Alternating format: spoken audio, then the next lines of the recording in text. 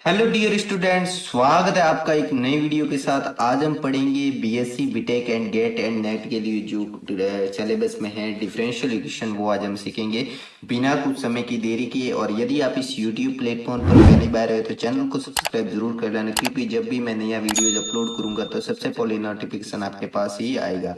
तो देखिए, हमारा जो दिया गया क्वेश्चन है d y upon d x plus y cos x is equal to y to the power n sine two x. तो यहाँ पर देखिए, जो हमें क्वेश्चन दिया, अवकल समीकरण क्या दिया वो पहले हमने लिखना है। तो d y upon d x plus y cos x जो भी दिया, इसको हमने इक्वेशन नंबर फर्स्ट दे दिया, समीकरण नंबर एक दे दिया। अब समीकरण नंबर एक है, वहां पर हम क्या करेंगे, यहाँ पर देखिए y to the power n है, ये इसको हम एक रूप देना चाहेंगे ताकि इस अवकल समीकरण को आसानी से हल करें। और डीपी अपॉन डी एक्स जो भी अवकल समीकरण का अवशिष्ट रूप होता है उससे तुलना कर हम आई एफ निकाल सके, है ना। तो यहाँ पर देखिए, जो भी y to the power n का आप क्या करेंगे, यहाँ पर इस पूरी समीकरण में भाग दे देंगे।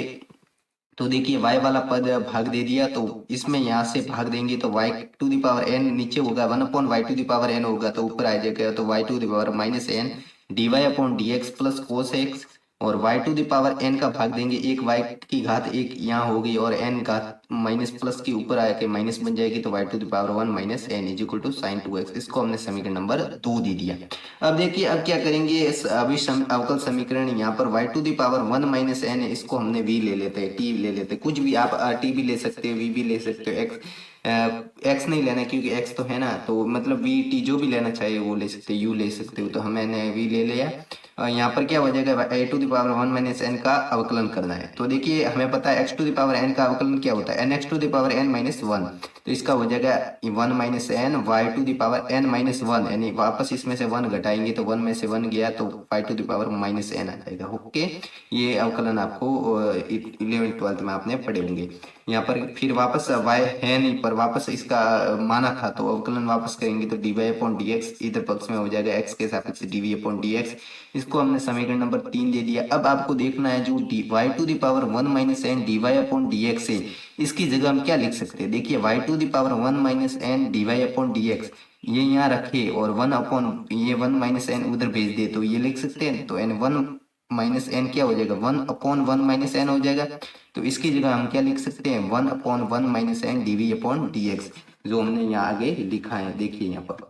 तो यहाँ इसकी जगह हमने लिखा 1 अपॉन 1 माइनस एन, ये इधर भेजा यानी 1 upon 1 minus n d v upon d x plus cos x, इसको हमने v माना था v, तो यहाँ पर v लिखा is equal to sine two x.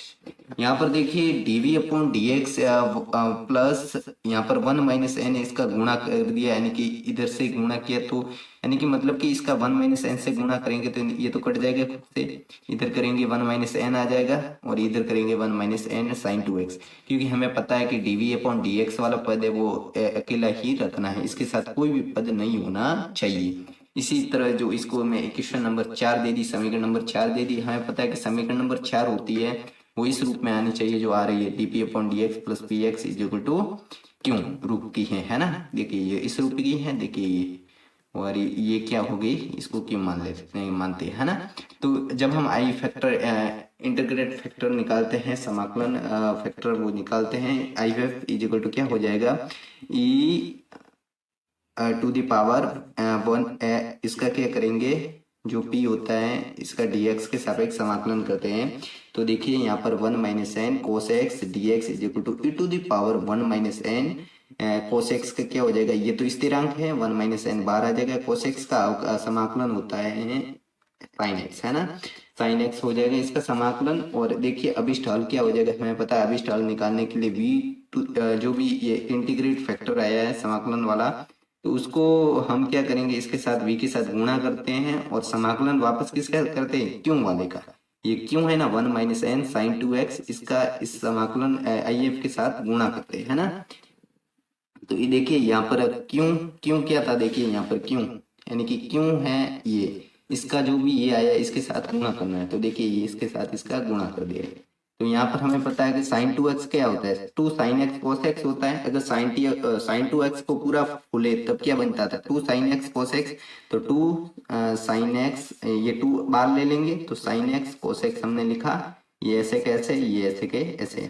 अब हम क्या करते हैं, 1 माइनस एन, देखिए यहाँ पर हाथ में आ रहा है ना, तो इसलिए 1 माइनस एन साइन एक्स को हमने अगली बार v माना था, अब हम t मान लेते हैं, है ना। देखिए अब 1 minus n sine x is equal to t माना। 1 माइनस एन साइन एक्स का अवकलन क्या हो जाएगा, cos x dx is equal to d T.